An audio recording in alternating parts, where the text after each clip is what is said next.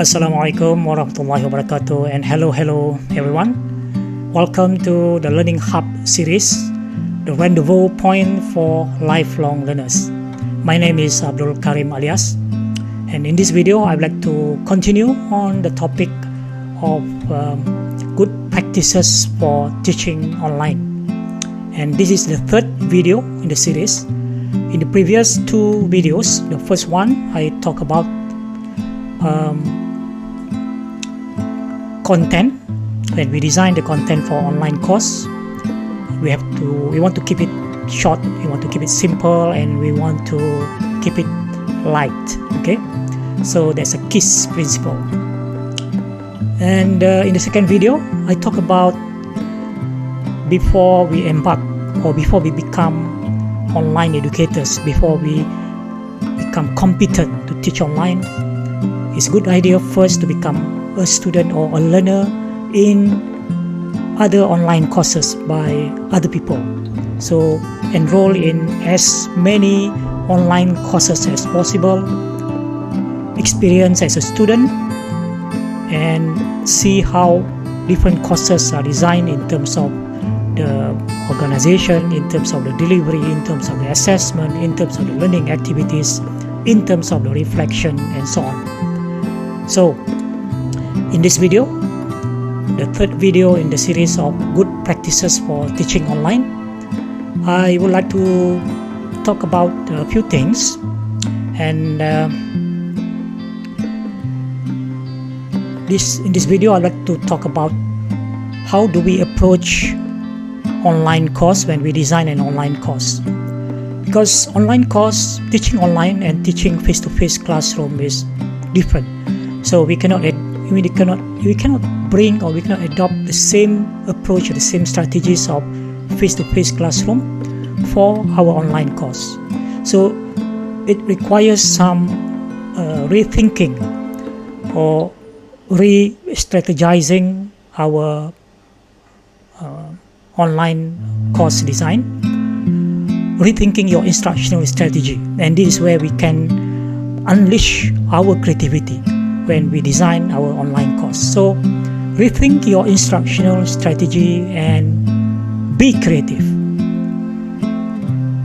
So there are a few things that we need to first look at our own mindset, because we are so used to doing things for the face-to-face environment, for the face-to-face classroom. So when we transition into online course, online learning, and when we take a different role in designing our course for face-to-face and for online, so we have to be prepared to change our mindset. So we need a mind shift here.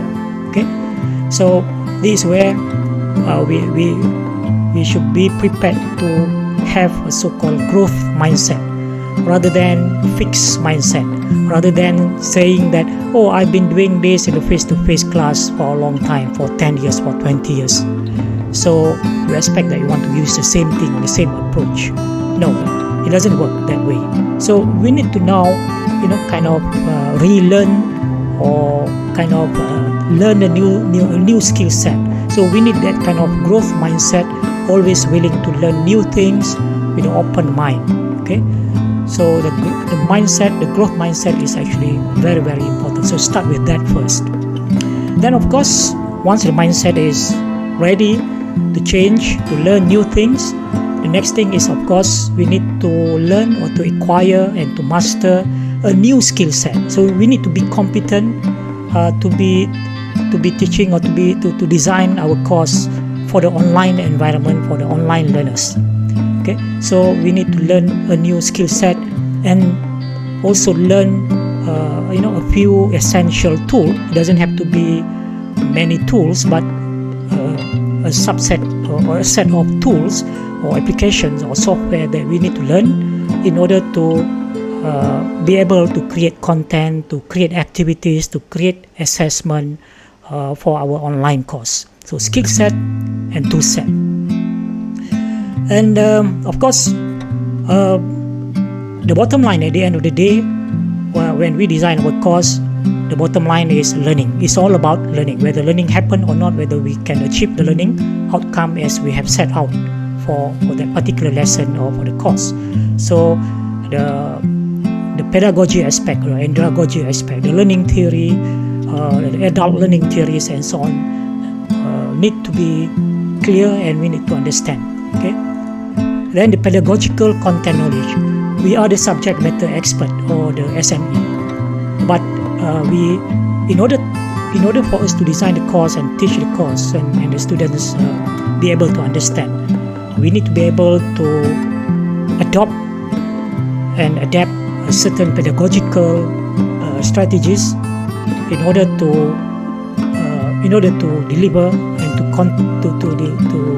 design our course and the content in such a way that students can understand.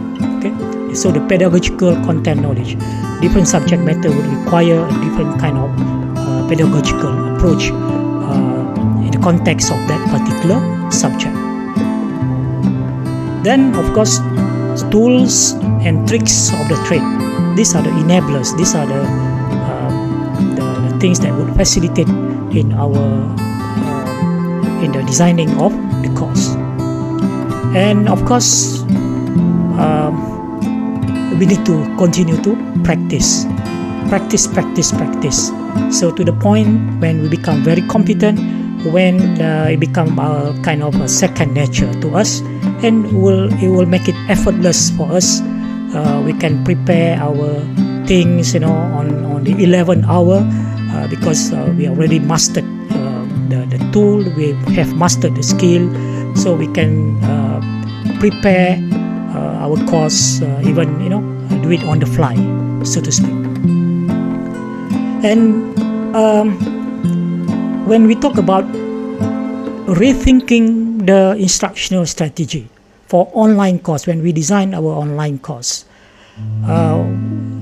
we need to adopt certain model, and one of the very popular model when come to integrating or using technology to design our online course is this one called SAMR, SAMR. SAMR is an acronym stand for substitution, the S, A, augmentation, M, modification, and R, definition. So always keep this in mind when we use any type of technology or tools, when we design our content, when we create our content, when we design our learning activities, assessment, and so on. We can be at any of these levels: substitution, augmentation, modification, and redefinition. So let's dive in and learn more about this now. What is substitution? This is where we use technology as a direct tool substitute with no functional change. What does it mean? Okay, let me give some example. Okay, so basically we want to learn to integrate technology purposefully and effectively. So let's look at substitution first. So in substitution we use technology as a direct tool substitute with no functional change. For example, we use word processor like Microsoft Word, and instead of using paper and pencil, so we just substitute paper and pencil with Microsoft Word. Instead of writing, we typing. But other than that, there is no functional change. Okay, that's one example. Substitution. Google Form is another example. Instead of using paper and pencil test, we use Google Form. We can create the quiz, the question in Google Form, and then student will answer by just choosing the doing it online or using their phone and so on. But it's basically the same thing. There's no so-called functional change here. We substitute the paper with Google Form. Another example of substitution here, the meaning of substitution: sharing a document through email instead of hard copy. So we just send the Microsoft Word file, for example, through email, and instead of just giving the hard copy to the student. So it's the same thing. There is no functional change.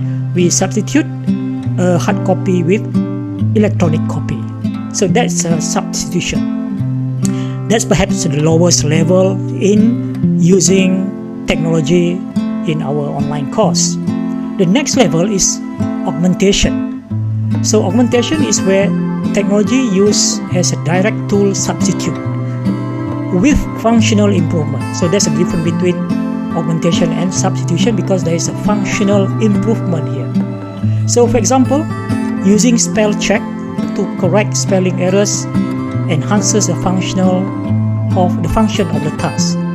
Okay, so by using certain application, for example, we have spell check in Microsoft Word. So while we are writing or typing, it can check the spelling for us or even the grammar for us. So there is a function improvement in the function of the Microsoft Word. If we use paper and pencil, so we have to check the spelling manually. So can you see the difference here? There's an augmentation in terms of function, additional function that usually not achievable using pen and pencil. Another example here, Google Form.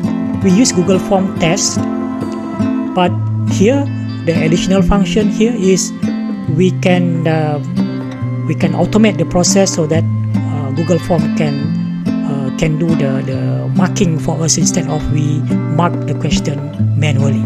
So that is really a time saving and can really help us in especially if we have a lot of students and a lot of questions. So that is an augmentation. Another example, sharing a file through Dropbox. Instead of sharing the file through email, you can share the file through Dropbox. And in Dropbox, if you are familiar with Dropbox, there are additional function that we can use in Dropbox. Yeah. So well, I cannot think of some example now, but if you are familiar with Dropbox, there are many additional features that you can use. Not just sending the file, but you can also add some other functions. So these are augmentation. What about the next level is modification. Technology allows for in modification, the technology that we use or the tool that we use allows for significant task redesign. Okay. So the example here, for example, we use Google Docs to collaboratively write a paper or leave comments for one another significantly changes the task. I'm sure if we have used Google Doc for collaborative writing as an assignment for the student or if you use for yourself for the project, you'll find that this is really a very powerful feature where we can work collaboratively in a group to write the document or the project together. So this is an example of modification where technology allows for significant task redesign.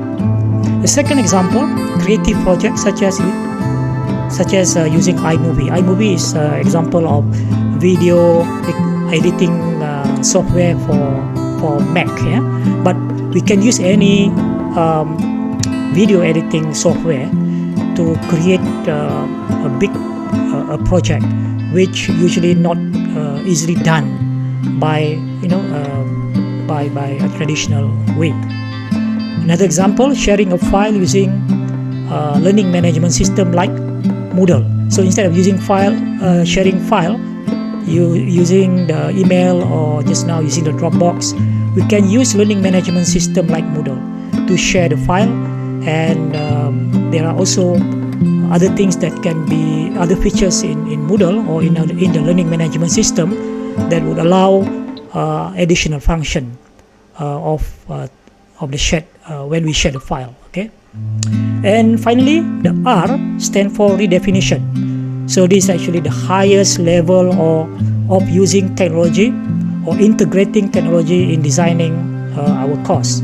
So here technology allows for the creation of new tasks previously inconceivable in the traditional way, in the face-to-face environment or in the offline environment. So let's see some example. Example, writing a blog post to share work with the world and adding related multimedia creates an all new task previously impossible. Second example here, we can create a creative project where we can have the audio feedback. For example, tools like Flipgrid. Tools like Flipgrid, if you are familiar, a student can record a video, then other students can give a comment and can give feedback and so on. So this really can, depending on the creativity of the student, can be really powerful and useful. The third example is create digital magazine using Wakelet. Wakelet is a very powerful application where students can curate content and they can create a digital magazine on a certain topic. So they will come up with a very nice digital magazine, curating the content from different websites, from different sources, and it will create a very good resource for students to learn on a very specific topic. So I think I want to stop at this point so that the video I can keep the video short, and I will continue in the next video on the best practices or good practices to teach online. But in this video, I just focus on the point, the aspect of rethinking the way we